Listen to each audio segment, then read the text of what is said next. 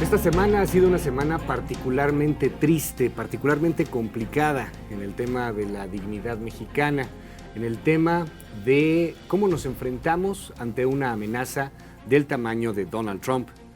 En esta semana vivimos momentos impresionantes de indeterminación por parte de las autoridades cuando pues no sabíamos si habría o no una reunión del presidente Peña Nieto con Donald Trump para el martes 31 de enero. Donald Trump terminó por hacernos el desaire en su cuenta de Twitter. Sí, por Twitter nos dijo, si no van a pagar el muro, pues ¿a qué vienen? Yo soy Luis Cárdenas, hoy hablamos sobre Donald Trump. Luis Cárdenas MX es mi Twitter, el Facebook es exactamente el mismo. Comenzamos. Estamos de la fregada. Si en la emergencia epidemiológica... Creo que eso no me va a caber en la cartera. Pues uno te hizo ganar, pues tú vas a jalar con uno, pues viejo, ¿no? Todo por el cochino dinero. ¿Por qué le tiene tanta admiración a un dictador?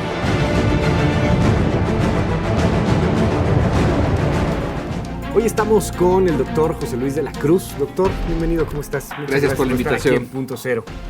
Oye, fue una semana triste, te lo digo francamente, el día que anuncia Trump la construcción del muro, mientras Videgaray y Guajardo y la delegación va volando hacia Washington, Trump estaba tuiteando, mañana les aviso del muro, ¿no? Y mientras Videgaray y Guajardo y la delegación y todos estaban encerrados platicando con los miembros del gabinete, decían ellos tratando de terzar el mensaje de Donald Trump, y dicen que lo lograron, entonces no me imagino cómo hubiera sido si no lo hubieran logrado. Pues se mandaba un mensaje en donde decía el muro le conviene a los dos, a México y a Estados Unidos, y ustedes lo van a terminar por pagar de alguna u otra manera. Doctor, estamos ante un escenario que vemos de mucha unidad frente a una amenaza externa, pero de gran desunión, al menos en torno al Estado mexicano. ¿Qué panoramas son los que puedes tú leer de aquí a que pues empecemos a negociar con la era Trump, el Tratado de Libre Comercio y otros asuntos? Bueno, yo creo que planteando el antecedente de lo que muy bien comentas, me parece que el haber subestimado al final de la elección en Estados Unidos la posibilidad de que Donald Trump ganara, y una vez ya como presidente electo, el subestimar también que implementara todo lo que prometió, que nos gustará o no, pero él ha sido muy claro y en los primeros días de lo ha ido ejecutando. Entonces, ha avanzado con una rapidez que me parece ha desbordado las expectativas y la previsión del gobierno mexicano y, por qué no decirlo, también de parte de los analistas que han seguido todo esto. Entonces, en ese sentido, lo que vemos ahorita es una lentitud de reacción, normalmente yendo atrás 1 o 2 días respecto a lo que se va ejecutando en Estados Unidos, y que eso nos habla de improvisación, en donde es curioso y preocupante de que una relación tan relevante para México no haya tenido un estudio sistemático que le permitiera al presidente ejecutar también directrices, anteponerse y negociar anticipando esto. Entonces, en estos momentos me parece que eso lo que genera es una perspectiva adversa para el país, porque Donald Trump va a seguir presionando. En esencia nos ha declarado la guerra, en el sentido de decir, voy a levantarte el muro, no al Telecán, no al TPP, y que todos esos elementos afectaron la estructura de la política económica mexicana elaborada entre los últimos años. Y además de una manera muy elegante y avisándonos diplomáticamente, Canadá nos dice, México nos caes muy bien, contigo no es el problema, pero mi interés nacional va primero. Entonces la expectativa es adversa, en donde las alianzas son pocas. Es importante el tema que mencionas, doctor, de Canadá y la lectura del gobierno mexicano. Se estaba dando el mensaje de Peña Nieto y se estaba buscando a Canadá. Cuando mencionaba Canadá Peña Nieto, creo que nadie le había dicho que Canadá estaba casi al mismo tiempo anunciando que ahí se ven, cuídense mucho, les doy una bendición, pero pues yo voy a negociar por mis intereses, lo cual es normal y se entiende. Nos quedamos solos frente a esa amenaza con Trump y además Trump sí le responde inmediatamente a Canadá y le dice, ustedes estarán en estatus especial, ni se preocupen, ¿no? Con ustedes no hay problema. Hablas de esta improvisación. Recuerdo una columna que publicó Sergio Sarmiento, hace algunas semanas, y hablaba sobre el Telecán y decía, bueno, pues es que lo firmamos y pensamos que esto iba a durar por siempre y vamos a vivir felices por siempre, y no había un plan B. Y veo hoy la economía mexicana y veo que no hay plan B. Hay una improvisación y hay un tipo, pues, que es muy visceral en la Casa Blanca. ¿Qué va a pasar si de pronto este tipo dice el Telecán con México, bye? Así de plano. Yo lo veo capaz de hacerlo. Yo creo que en esencia de lo que estamos con una perspectiva que puede ocurrir es que los pilares sobre los que se armó la arquitectura de política económica y con ello de empleo, inversiones y el resultado social que hoy tenemos, que puede no ser el que deseamos y que necesitamos, pero que al final del cuenta responde a esto, está por caer. ¿A qué me refiero? De acuerdo a los norteamericanos, ellos tienen un déficit con nosotros de 67 mil millones de dólares. Son casi 5 puntos del PIB mexicano. ¿Eso sí es cierto? Sí. O sea, ¿Estados Unidos le pierde con nosotros en el TLC? En términos de comercio, nosotros representamos, para nosotros ese intercambio representa 5 puntos del PIB de ganancia. Si hoy se quitara eso, olvídate de que deje de comerciarse, simplemente con que se dijera vamos a comprar y a vender lo mismo, son 5 puntos que de dónde los vamos a sacar. Entonces, México en este vínculo sí acabó teniendo una relación positiva, pero ojo, eso no implica que esas ganancias hayan quedado en el país. O sea, por otro lado, el gran ganador del Telecán es China, porque fue el proveedor de insumos intermedios con lo cual nosotros le vendemos a los norteamericanos, es decir, las ganancias las repartimos con Asia. Entonces, al final del día, México sí tiene mucho que perder con, si en un momento dado el Tratado de Libre Comercio se retira. La parte automotriz es muy clara, pero también la parte de la industria electrónica, de la computación, de maquinaria y equipo. Al final del día, toda nuestra infraestructura carretera, ferroviaria, apunta al norte, reflejando el interés comercial que tiene. Entonces, en ese sentido, me parece que en este momento, además de decir, ok, no voy, es decir, no, la pregunta es, bueno, ¿y a qué se va a quedar ahora el presidente? Y me parece que es a reconstruir la parte interna, que va a ser el único asidero que vamos a tener para enfrentar esta convulsión que estamos viviendo. Hacemos una pausa, doctor, me quedo con esta idea y regresamos, si nos permites. Esto es Punto Cero, seguimos.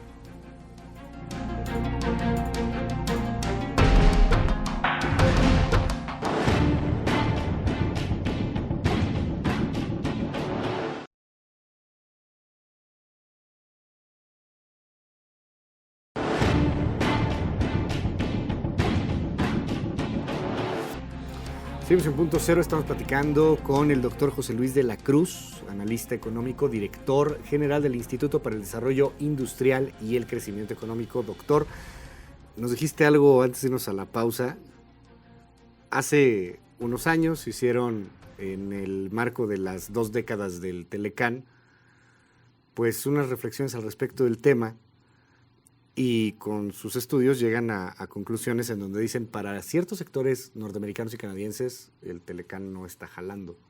Para México creo que sí, ¿no? O sea, nos ha ido bien.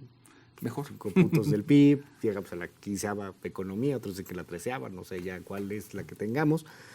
Pero, ¿qué es lo que le está perjudicando a Estados Unidos con el Telecán? ¿A quién le pegamos?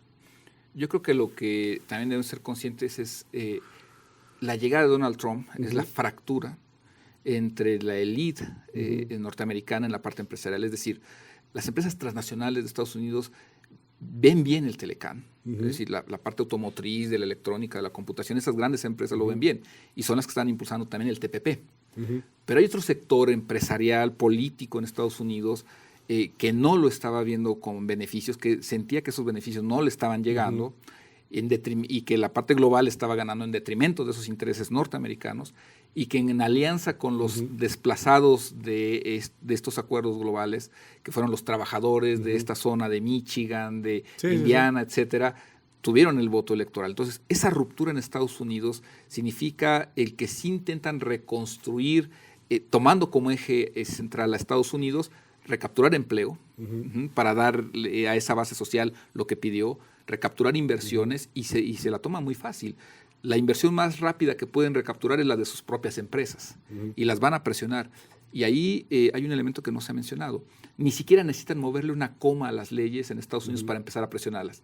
Las puras compras de gobierno de Estados Unidos, su industria militar, en cuanto incide. Compro, y entonces, sí es muy claro que eso está ocurriendo y que ahí Estados Unidos es consciente de que el gran ganador del Telecán es China, o sea, ni siquiera es... Sí, no es México. No es México, pero le es más fácil presionar a México para recuperar algo de empleo, para mandar la señal política de que inversiones regresan a Estados Unidos, en lo que prepara el terreno de una negociación más dura que tendrá con China. Ahora, ¿qué sectores son concretamente? Me dabas un ejemplo del sector automotriz, sectores de tecnología, etcétera, que lo están impulsando.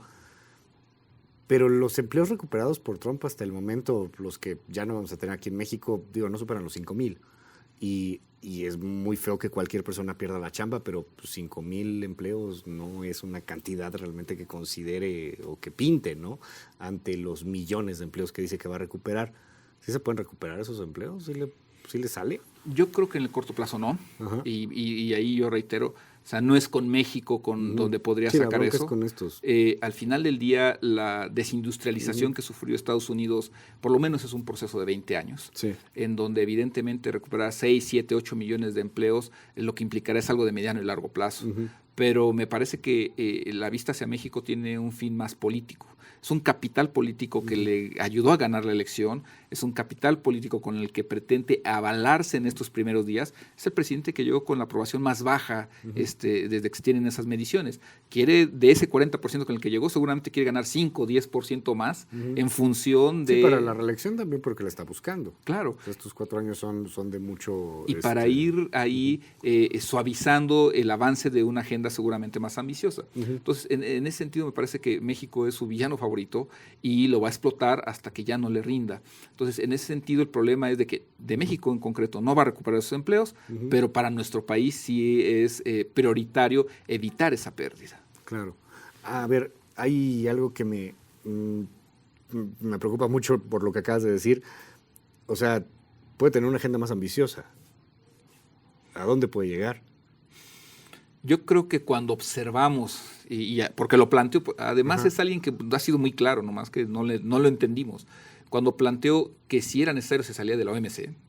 O sea, sí es neta. O sea, sí lo puede hacer. Lo que está diciendo es la arquitectura del sistema de comercio y de vínculos internacionales no me está operando a mí con mis intereses. Y aquí hay que plantear algo. Por ejemplo, el tema del acero, y que por eso te mencionaba de este asesor que tiene de ese sector, la OMC y los organismos internacionales han sido realmente inoperantes para frenar la sobreoferta de acero chino. China produce la mitad del acero del mundo.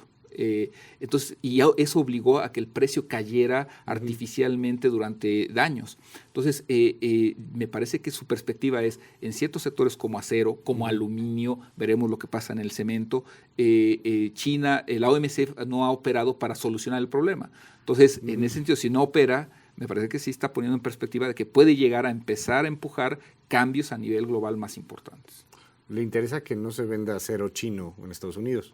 Ahí el proteccionismo respecto a ese sector ha sido muy claro, no nada más de Trump. O sea, el propio presidente Obama dejó correr esos elementos proteccionistas, en donde curiosamente el daño colateral fue México. La medida iba hacia China, pero... ¿Por qué nos pegó?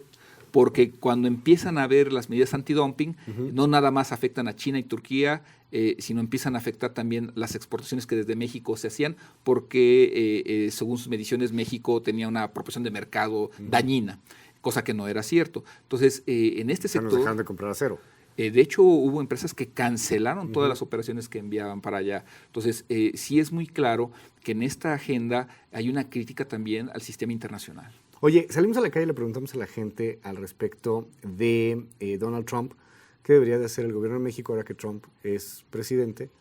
Y esto fue lo que nos dijo. ¿Te parece si lo vemos? Y luego regresamos para ver desde la voz de un experto qué es lo que realmente hay que hacer. Vamos a ver. Bueno, definitivamente debería estratégicamente ponerse de acuerdo muy bien con la iniciativa privada para alinear los incentivos que como país queremos y hacer frente al gobierno del vecino país. Pues es que influye mucho Donald Trump en el gobierno que tenemos actualmente. Entonces la decisión es cambiar el gobierno definitivamente por alguien que tenga la capacidad para gobernarnos. ¿Qué le podría decir? Está muy difícil. ¿Qué tendría que hacer México? Híjole, pues yo creo que ponernos las pilas, ¿no? Y no dejarnos, porque nosotros estamos embebecidos en lo que dicen en la tele y la realidad es otra. ¿no? O en los programas, en la novela, en lo que sale en el periódico, y la realidad es otra. Y si no nos ponemos nosotros, ahora sí que las pilas, y protestamos, olvídese, sabrá Dios qué vayamos a hacer. Te contesto como es, debería mandarlos a la fregada, más que la verdad. ¿Por qué? Porque estamos a la sombra de Estados Unidos, realmente no se vale. ¿Verdad? Debería ser México un país de primer mundo, ¿y qué somos? Seguimos en lo mismo. Pues bueno, hay diferentes puntos dentro del TLC que podemos defender y creo que la postura de México debería ser de defender o incrementar aranceles para productos que se exportan y se importan y poner una posición más suave hacia esa tendencia, ¿no? Dijo Graco Ramírez, se lo dijo a Pancho Garfias, y Pancho Garfias, como es bien chismoso, lo escribió ahí en el Excelsior. Le preguntó ayer Pancho Garfias a Graco Ramírez, oye, pues, ¿qué va a pasar con los gobernadores? ¿Va Peña, no va Peña, Washington? ¿Qué hacemos? Y Graco Ramírez le contestó: a la chingada con Trump. Y es como lo que dicen aquí, a la fregada con Estados Unidos. Se escucha padre, o sea, es muy nacionalista, ese chauvinismo está chido, pero seamos francos, Tratado de Libre Comercio, $1 millón por minuto, $60 millones la hora, 500 mil millones de dólares al año, pues ¿quién nos los va a dar? Hice por ahí unos cálculos de ojo de buen cubero.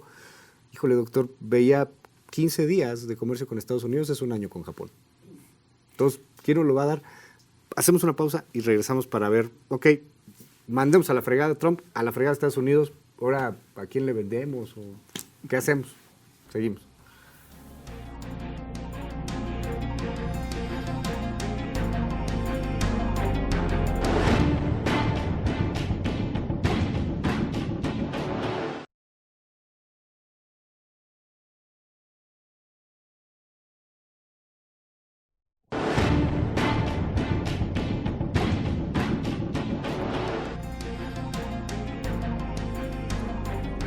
Estamos en Punto Cero platicando sobre Donald Trump. ¿Qué hacemos con Donald Trump? Sí, estaría padre mandarlo al carajo, pero insisto con lo que decíamos antes del corte, doctor. Ok, ya, tornamos con Estados Unidos, no tenemos nada que ver con ellos. ¿Y ahora qué hacemos? Mira, vamos a pagar el costo de nuestros propios errores. O sea, el haber apostado todo al comercio, particularmente con Estados Unidos, sin tener una base productiva propia, capaz de exportar, sí a Estados Unidos, pero a otros países también, como lo hace China, sin tener la palanca financiera que hoy tienen los orientales de decir, ok, no quieres nada conmigo, pero yo tengo una proporción importante de tu deuda y entonces yo también te puedo pegar por ahí. El no haber generado una estrategia de contrapesos, pues nos genera una factura enorme si es que rompemos. Evidentemente que el problema es de que no es que nosotros queramos romper. Trump quiere romper con nosotros y lo está instrumentando y hacia allá va.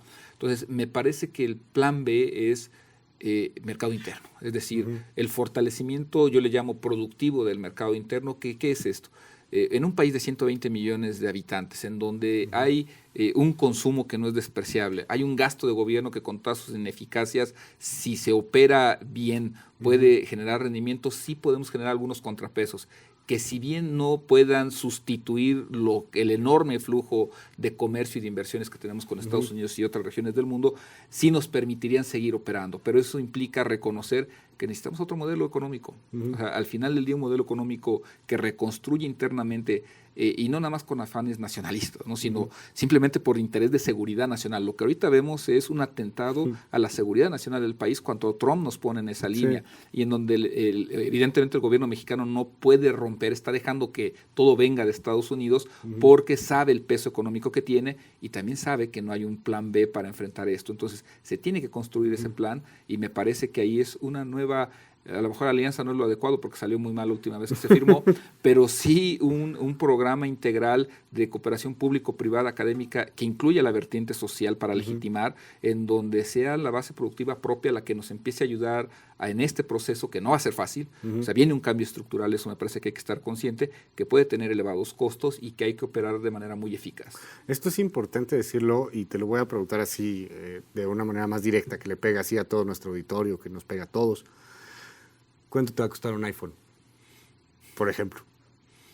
Evidentemente O sea, que la expectativa es que va a subir como 20%, 30%. O sea, cerrando el tratado. El punto es que, ¿por qué no tener el Aztec? Es decir, Ajá, exacto. si O sea, ¿por qué no tenemos empezamos a gente producir acá? poderosa en telecomunicaciones, Ajá. telefonía, ¿por qué no podemos hacer el Aztec con ingeniería mexicana? Los Nike, ¿no? O sea, Tenis. O sea, es que digo, yo me acuerdo TLC antes de Salinas, pues ibas al tianguis a la Fayuca y ahí encontrabas estas cosas de contrabando y, pues el contrabando no era otra cosa más que pues, la importación medio chueca que no pagaba aranceles, era todo, ¿no? bueno, ¿qué más encontrabas? Recordemos a vehículos automotores mexicanos, que con ingeniería mexicana y sí en cooperación con empresas extranjeras, fabricaba automóviles mexicanos. Dina, por ejemplo, a lo mejor... Dina era mexicano, sí, ¿verdad? Totalmente. Sonda, esta empresa de electrónica que hacía televisores, equipos de cocina, mexicanos. Es decir, cuando nosotros hoy, por ejemplo, vemos a Corea del Sur con sus grandes empresas, pero en donde hace 40 años ellos decían, bueno, salir a competir con su carro, el Pony es salir con un carro muy feo, pero que los obligaron a hacerlo. El error en los 80s fue haber dejado morir esas empresas en lugar de obligarlas a competir. Hoy vamos a pagar esa factura si no encontramos una salida bien negociada. Qué triste, ¿eh? Porque nos convertimos en los maquiladores de los gringos. Teniendo la posibilidad Teniendo de la posibilidad, y esa era la idea del tratado.